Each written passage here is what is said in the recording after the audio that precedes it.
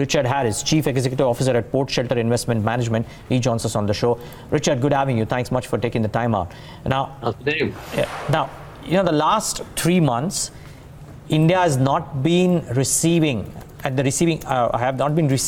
large FI inflows. November could have been a bit of a change because of the primary markets, but otherwise, India has not been top draw when it comes to FI flows. A lot of other emerging markets have been taking that share as well, maybe because of valuations. Does this election victory by the Bharatiya Janata Party in Gujarat, a potential election victory, let me rephrase myself, by the Bharatiya Janata Party in Gujarat, change the FI view a little bit in the short term?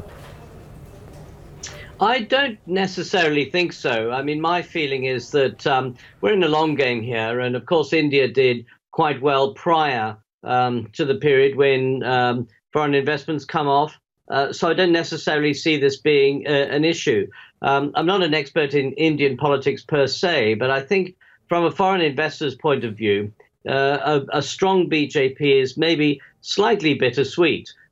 Sweet in terms of the fact that Prime Minister Modi has run a relatively stable ship, certainly for foreign investors, and that's quite important. The negative, because of course, if one side becomes too dominant and too strong, and it looks as if this vote might be slightly against the run of play, then you could end up in a situation where politically it might be more difficult. You might get more extremists. You might end up having actually less stability as a result of a strong majority than you'd have if you had maybe a weaker majority. So I think a win like that might be a little bit bittersweet for foreign investors.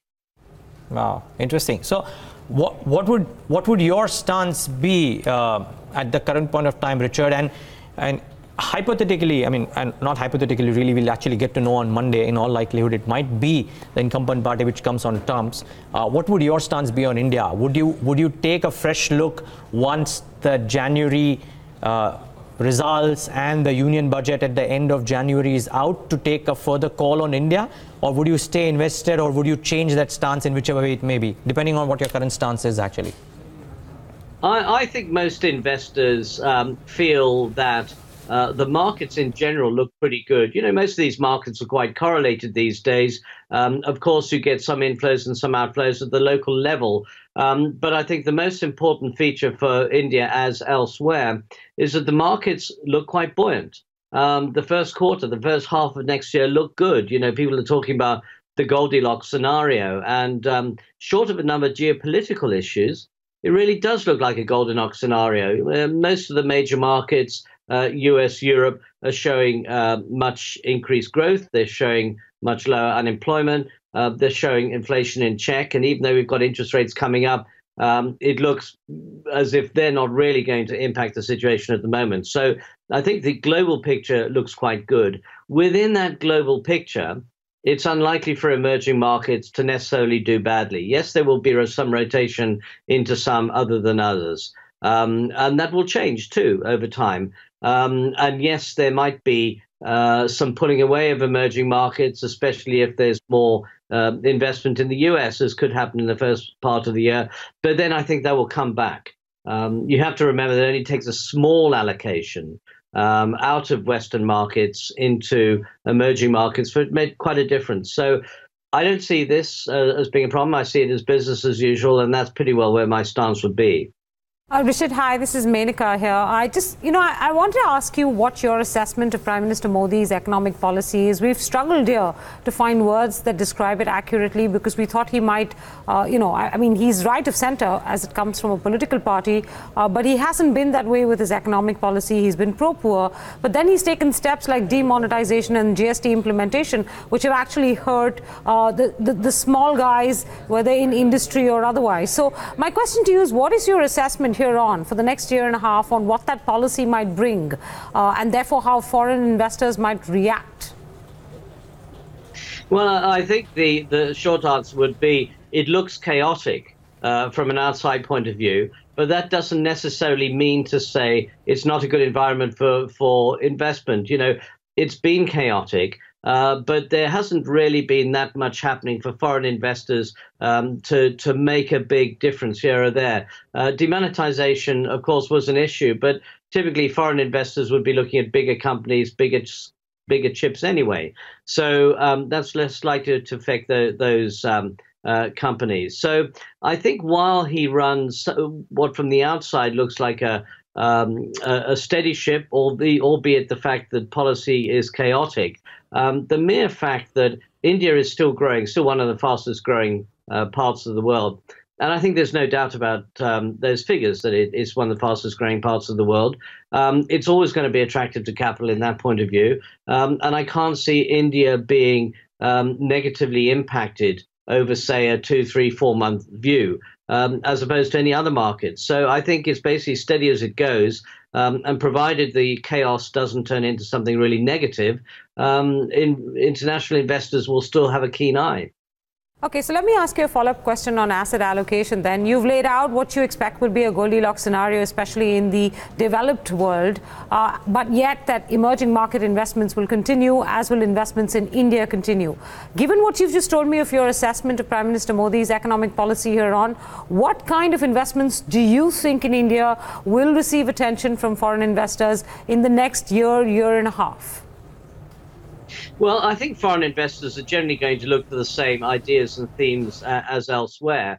You've got to remember there's a fairly standard model whereby Western markets move first, they get more confident, people think, where else are we going to invest? Then they move to the emerging markets. So you tend to get these waves, rotation from Western markets into emerging markets. Then Western markets get interesting again, at least in this cycle. So you see more investment there, maybe at the expense of emerging markets for say, a quarter or so. And then you see the rotation back again because people feel that with the bigger growth, they're going to get more investments. So that's basically where I think the interest is.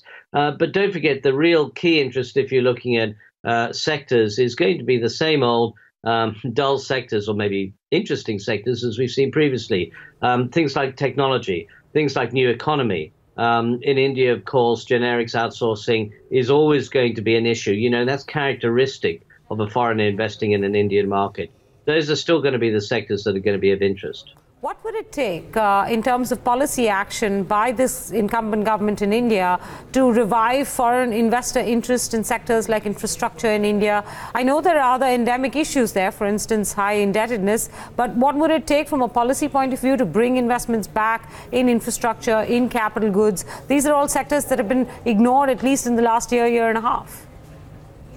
Well, now you're putting me into the position of a cabinet minister, which I'm quite happy to occupy. I think that really what you need in these situations, as in many parts of the world, is root and branch reform, not necessarily in the whole economy, but in certain areas.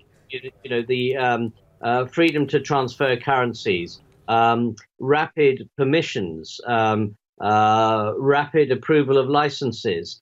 These kind of things are especially unique in terms of India, that foreigners like in terms of their investment. I mean, you only have to look at the kind of rapid approval of things that happen in Hong Kong and Singapore to make you realize that business is very good, very easy to do here. China, it's somewhat harder and it's ringed by restrictions. India, too, is also ringed by restrictions. A lot of these are legacy holdups that need to be dealt with. So if I was going to think of one area that might be tackled, it would be the area of regulation. The area of regulation. One quick follow-up question on the currency. Does that play a big determining factor in how foreign investors will look at India next year?